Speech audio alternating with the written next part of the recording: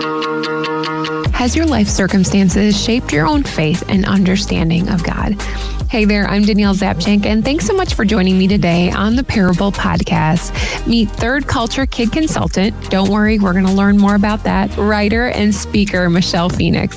She shares about how her circumstances brought her to a place of appreciating the moments around her. I had to learn to look for those glimpses. The French call it a clin d'œil du ciel, a wink from heaven. So yes, I am steeped in uncertainty and fear and dread, and I'm noticing that nurse who went out of her way to be kind. And I'm noticing that sunset that I want to make sure I imprint in my mind, because that is a form of beauty that brings solace to me. So it was a practice of acknowledging and allowing the scary stuff at the same time as really intentionally looking for the beauty that also happen in life, but we tend to miss them. We get so rightfully focused on life and death situations. Here's my conversation with Michèle Phoenix.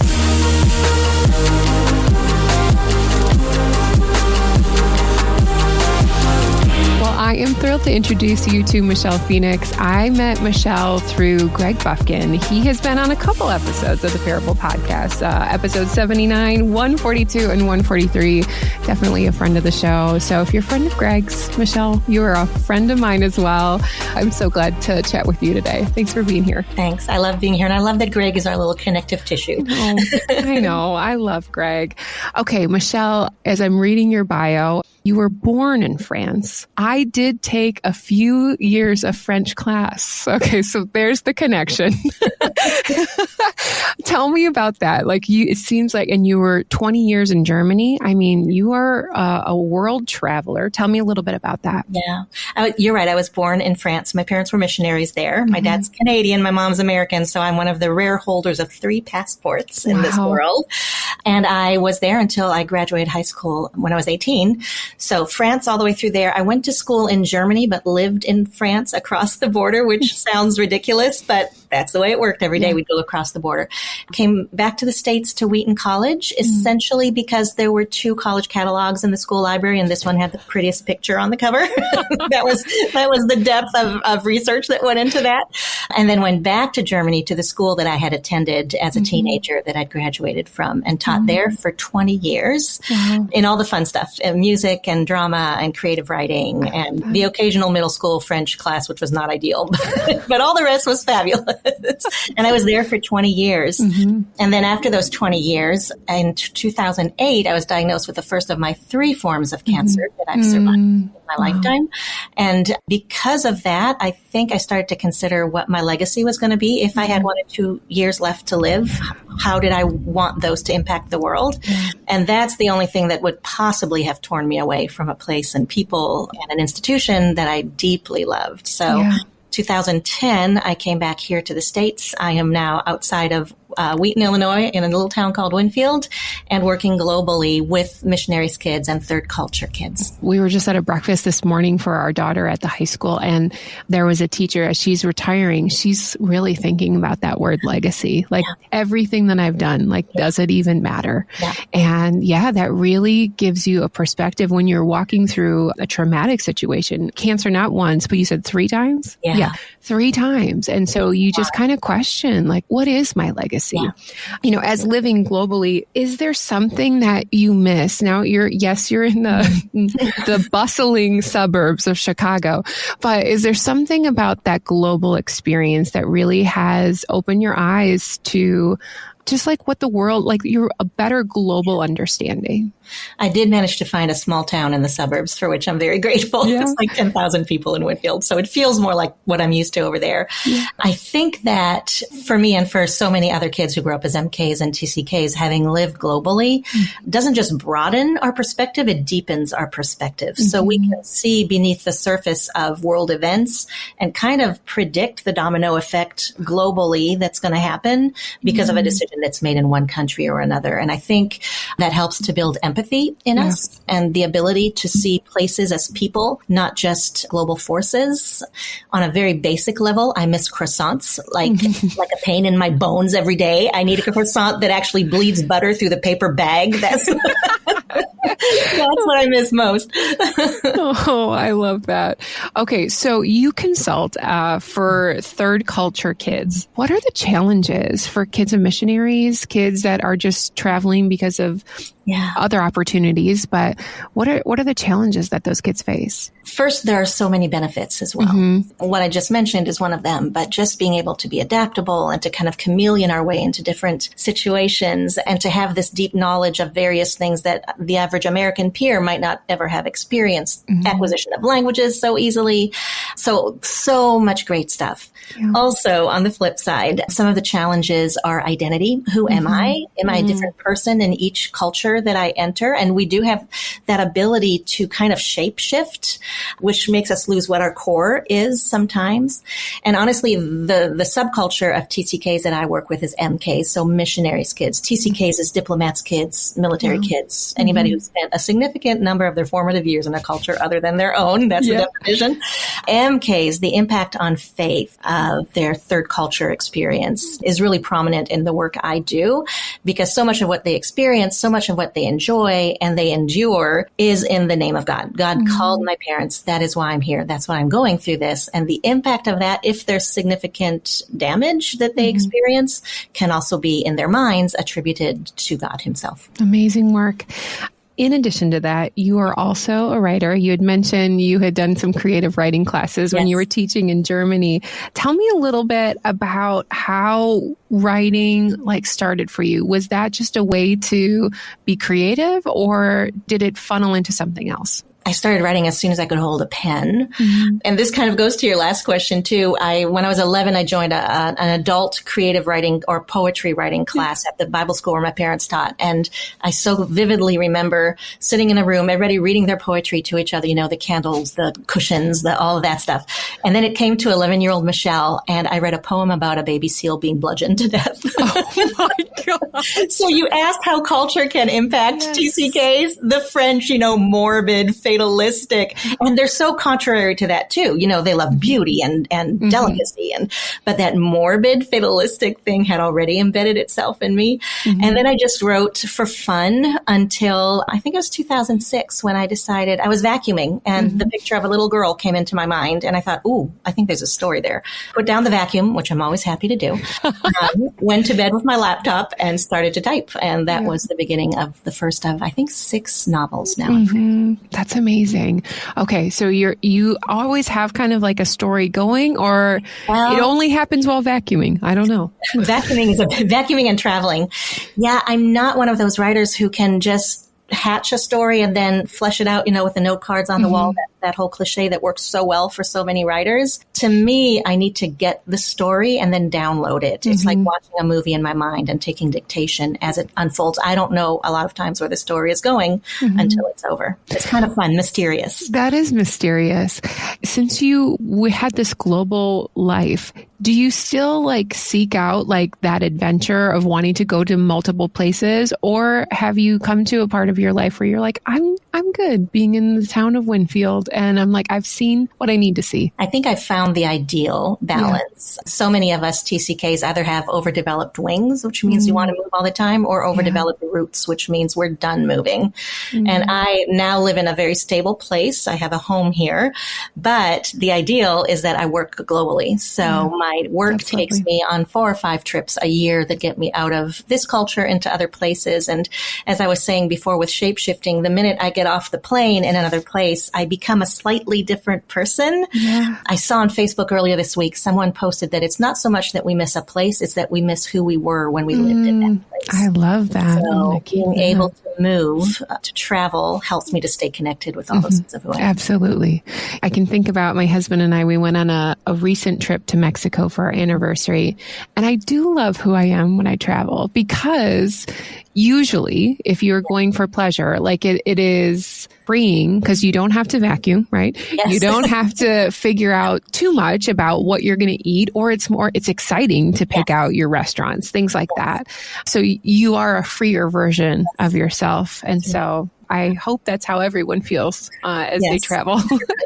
All right. Well, Michèle, we are going to just transition into your parable story. I mean, this is a way that, one, I get to learn more about people. You talked about building empathy earlier, and I think that is one of the ways I better understand people and understanding their journey and what God has taught them. So I'd love for you, Michèle, to share with us, what is your parable story? Well, my parable is actually a story from the Bible that was not intended to be a parable per se. I've mentioned a little bit about my life journey so far with the cancer that happened 3 times, most recently 7 years ago.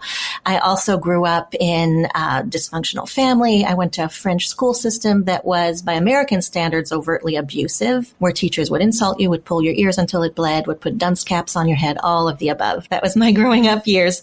I was a very sensitive child and very insecure, so that really didn't help. And then some problems with mental health that came from that, as well as abuse with friends and strangers. So all of that created, as you can imagine, just kind of this heavy backpack of trauma that I was dragging around with me everywhere I went. And then I came across this story of Elijah. This is where being multicultural is not going to help me. Is it 1 Kings or 1 Kings in the States? 1 Kings. Okay. Yeah. I think the British say 1 Kings and the French say un roi. So it's not helpful to me at all. So 1 Kings 19, the story of Elijah who escapes out into the hills, into the mountains, into a cave. And the Bible tells us about this huge, cataclysmic storm that breaks out around him with fire and an earthquake and winds so strong that the winds would lift rocks and clash them together and they would break and fall back down to the ground. And in my understanding growing up of all of those simple things that adults say to children in the midst of suffering that from an adult's perspective, from a mature faith might make sense, but from a child's perspective is confusing. Things like God wanted you to suffer and nothing happens to you that doesn't sift through God's hands. And God has a plan for this, which again implies that it was his goal all along for me to be abused, for me to get cancer, for me to grow up in a dysfunctional home and in dysfunctional classrooms.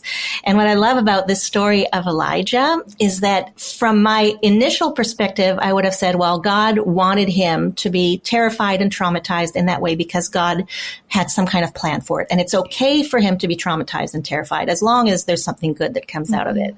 And then there are 3 phrases in this passage that kind of contradict that in a powerful way. And they are, I'm going to read them to make sure I get them right. But the Lord was not in the wind, but the Lord was not in the earthquake, and but the Lord was not in the fire. And as I've sat with that over many years now, again, ensconced in this community where everything is attributed to God, the good, the bad, and the horrible, I've started to realize that there are other sources of affliction in this world that we need to acknowledge too. Does God sometimes, I think rarely, use pain to bring about some amazing shift, almost a tectonic shift in the world? I'll leave space for that, but there's also the impact of sin on the person who's making the poor decisions. There's the collateral damage of the poor decisions others make that affect the innocent around them. There is life on a broken planet where those tectonic plates shift and earthquakes happen and tsunamis happen. And there is the natural decay of illness and eventually death, because that is where we're all headed in this life.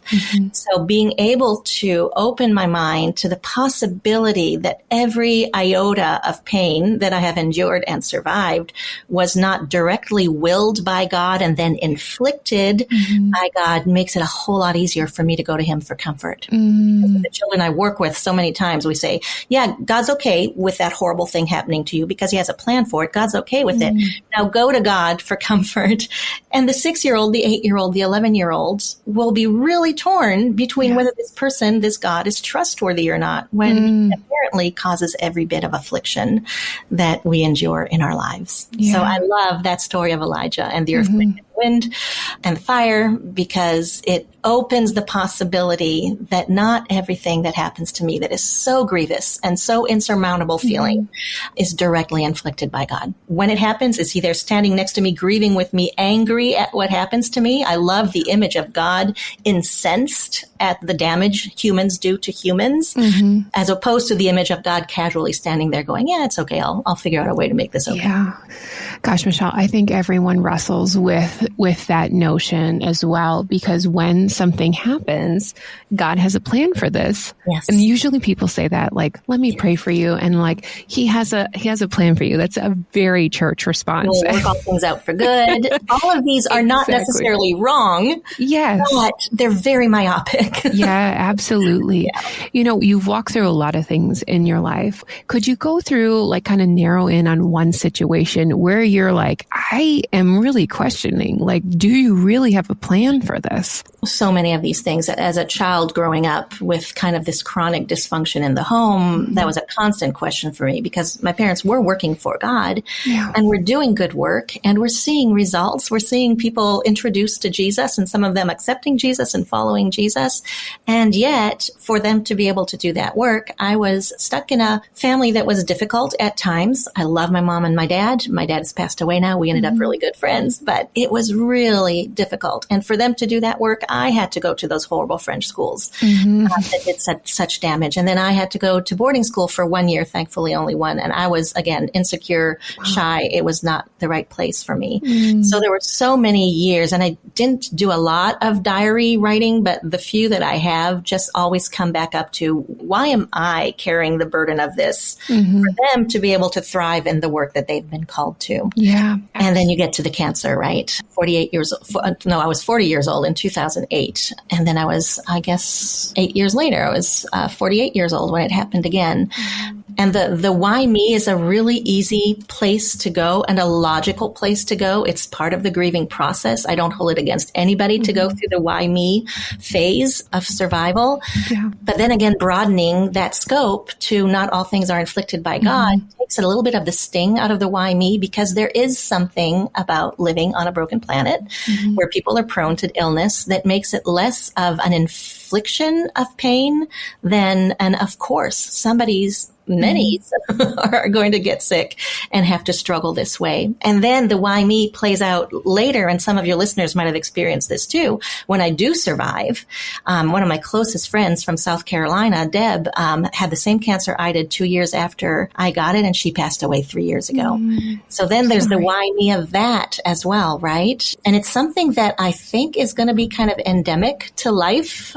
And the key to me, going back to the story of Elijah, has been being able to cling to a God who doesn't will the suffering of the children he deeply loves and grieves with them when they do get sick or when they do lose a loved one, is angry at the circumstances that made it happen, and opens his arms and says, I am here. I am going to be your strength while you need my strength. I'm going to help with your healing, and I do not want harm to befall my children. You had mentioned, Michèle, that, you know, cancer has come more than once.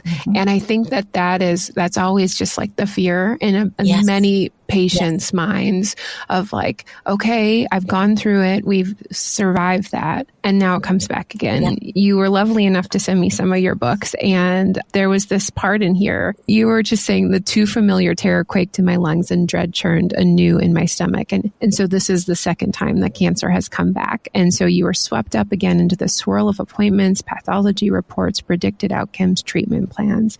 I trained my spirit's eyes on what was good on the periphery. And in the middle of the pain, I learned to relinquish the insignificant and delight in the mundane. Now, I'm sure that wasn't overnight, but I'd love to know, what was that transition like of you've taken in this knowledge that cancer has come back, and now I'm choosing to just delight in the mundane. How did you do that? I don't think it's a trade-off. Yeah. I think what I've learned in the course of my life is that it's okay and it's actually essential to hold both at the same time. So I didn't wait for the trauma and the fear and the uncertainty and possibly the diagnosis of potential death. I didn't wait for that to abate and then shift to the other side of things.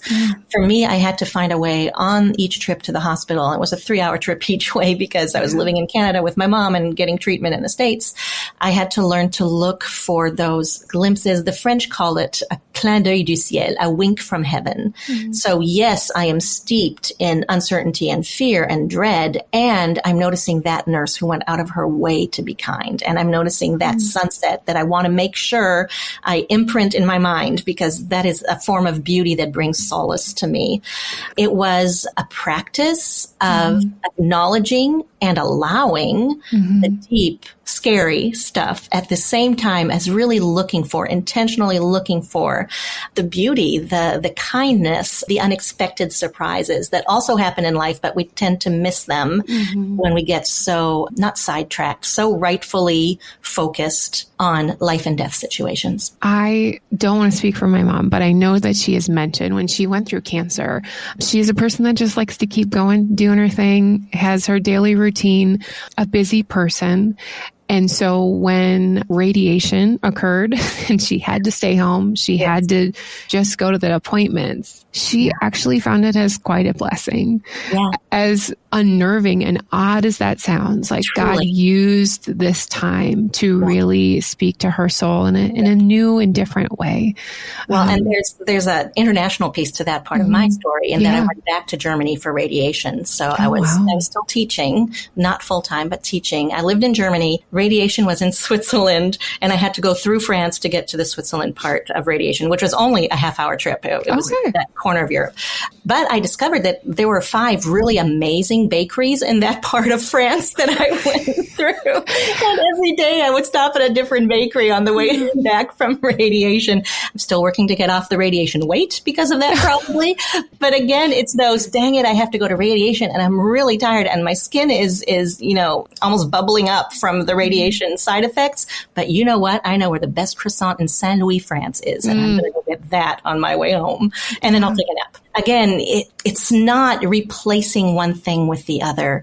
It's really, and I think it's almost a spiritual practice of looking for those winks from heaven, for those things God is giving us in the middle of the darkness that can bring a little bit of a silver lining to something that would otherwise be unbearable. Michèle, going back to that idea of like, well, God is doing this in my life. It's and we end up living in a sinful world. We're on a broken planet. What would be some tips or encouragement for us to kind of change that mindset going forward, to know that, God is not out to get us. He is a loving Father, and to like move forward in a different perspective. Yeah. This will probably seem a little odd, but so many of the young people I work with, so it's usually teenagers and young adults that I work with in the MK Missionaries Kid world. And so many of them has either a picture of the casually careless God that's standing by, or of the God on the Sistine Chapel painting that looks just furrowed brow and angry, and I'm going to do this to you because I'm going to, bring something out of this. And honestly, the thing that I have seen change entire mindsets about faith itself is telling them how angry, I use a different word, you can edit this out, how pissed off God is that these horrible things are happening to children he loves in the course of doing the work that he called their families to. And when hard things happen still to this day, when even being a single woman at this age starts to get a little bit heavy to carry, I think of how this was not the way it was supposed to be, and how dissatisfied and angry God is that we broke the world, we broke humanity, and all of these beautiful outcomes that he had planned are going to be a little bit harder to reach on this planet for most of us. So introducing the students I work with the concept of a God who rebels against the evil that causes us pain, while understanding the whole free will of humankind and all of that stuff, introducing them to a God that weeps with them and shudders with them has been really helpful for me too, as I've navigated some of this. You had mentioned that there has been multiple traumas in your life, Michèle. What has helped you work through that? Because sometimes without that, it can be re-triggering. It can be very confusing, or we have these mindsets that are very much ingrained into our mind. So how have you processed through these portions of your life where it has been really, really hard? There's actually a whole chapter of the book on trauma and mental health. At the risk of being controversial, when I was a teenager and going through deep depression, I tried to kill myself twice when I was 17 years old, never told anybody. But I finally was put into counseling with the pastor's wife, I think, at the school that I was attending. And it was not the right kind of counseling for the intensity of what I was experiencing and for my level of faith. The counseling she offered was wonderful wonderful and would be really helpful for some people. But reading verses every day about his eyes on the sparrow was not going to change the depth of the turmoil that I was in. Number one, I wasn't sure God existed. So whose eye? And number two, I'm not a sparrow. So I also got a little bit of sarcasm from my French upbringing. So it took years. I was in and out of pretty significant depression until college. In college, I tried a different kind of therapy, which helped, but I didn't have the money to keep going. And then finally, after I had been a missionary for a year, and I thought I was doing well. I loved my work. I loved the students. I loved Germany. I loved walking out my door and walking for miles on these little paths in the foothills of Black Forest. But I would drive home at night. I was living with my parents still at the time. And these French roads that have the evenly spaced trees alongside of them that you see in all the movies. Yeah. I remember driving home, elated with my life, and still thinking if I turned my wheel just a little bit and hit that tree, maybe something, I didn't even know what it was, maybe something would go away. So at the end of that year, I came back to the States, and a friend introduced me to her therapist, who took me instead of her on a pre-established appointment that he had with her.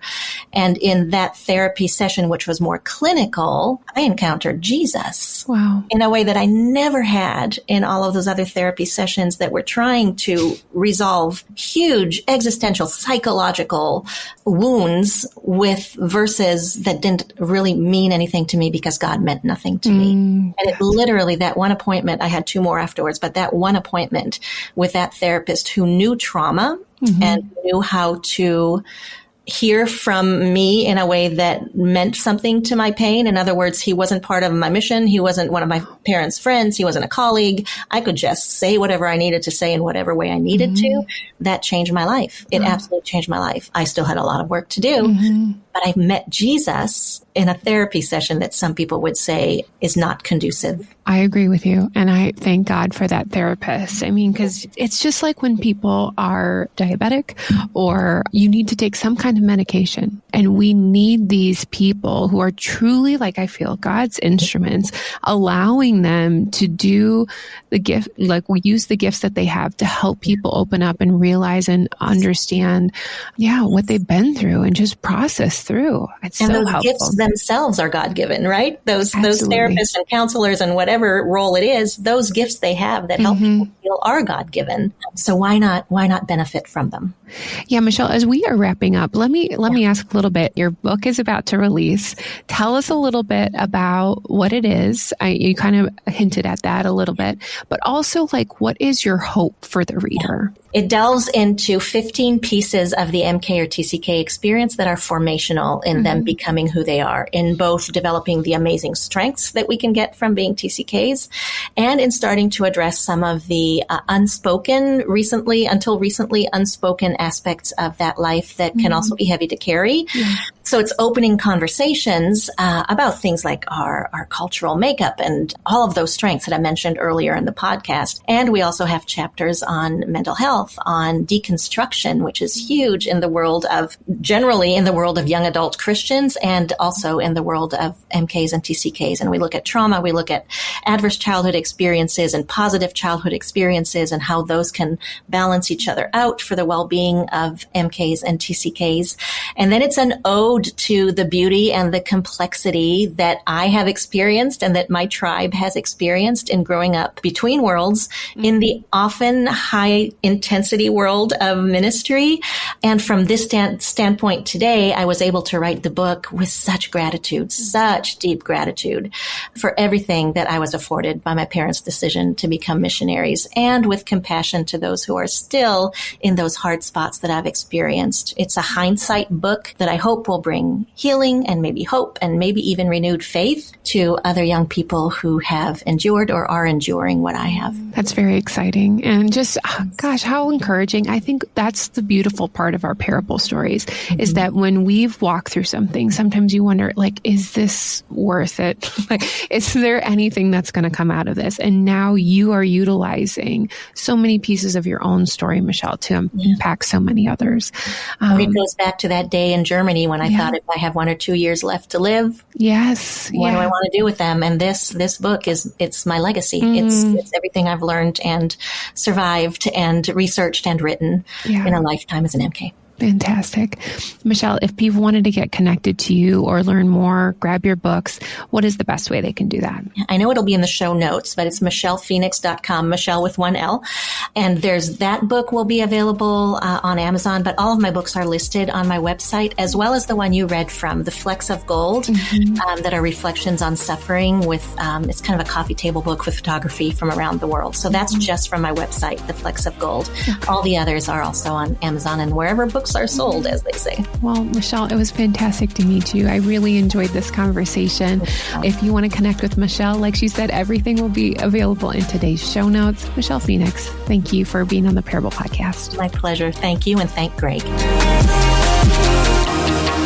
I really enjoyed my chat with Michèle, and I'm so thrilled that she is so close to me in real life that we can connect again soon.